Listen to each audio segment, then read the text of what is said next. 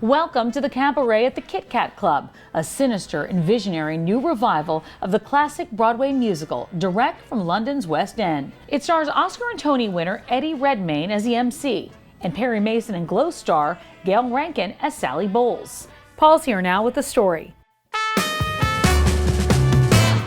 You're on the cusp of like a very big year. I mean, you're about to open as Sally Bowles on Broadway. This is a huge assignment. I do feel like a horse at the gate. I think it's going to be a really important journey about me getting to know myself as a performer and as an artist. It's such a huge undertaking, and I think what a gift, you know. Kind of the tagline has become the female Hamlet of musical theatre, which I'm like, I'll be going to throw up now. I feel really excited, really scared, which I think is an amazing thing. I feel more alive than I've ever felt.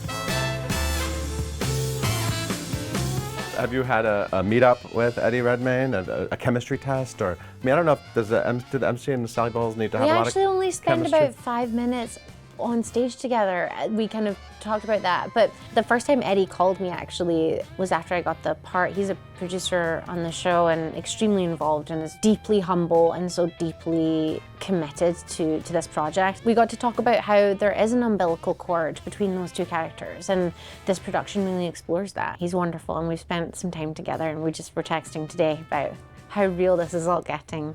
And you got to open in the last acclaimed revival of Cabaret. You were Fräulein Kost, and that was with Alan Cumming and Michelle Williams, that amazing production.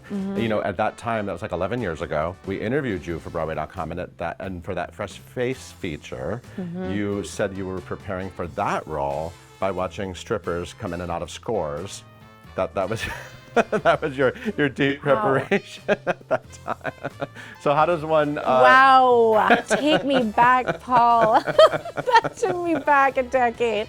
Not to get too poetic, but I feel like I've been preparing to play Sally for a decade. Some part of her has kind of lived inside of me, the kind of tender, ambitious, frightening and frightened artist of Sally is kind of been a real like quiet burn, you know, that I wasn't even really able to identify. Cabaret's always been, it's always been there, you know. What I love about this role is I've seen so many amazing actresses do it, and they're all different. And you really get to apply a lot of yourself to the role. To play a performer is and one of the most iconic performers of all time in the kind of canon, certainly musical theatre. It's a really meta experience, and that's a dance, you know. And Sally as a character, and there's deep mystery there, and it's quite a private process.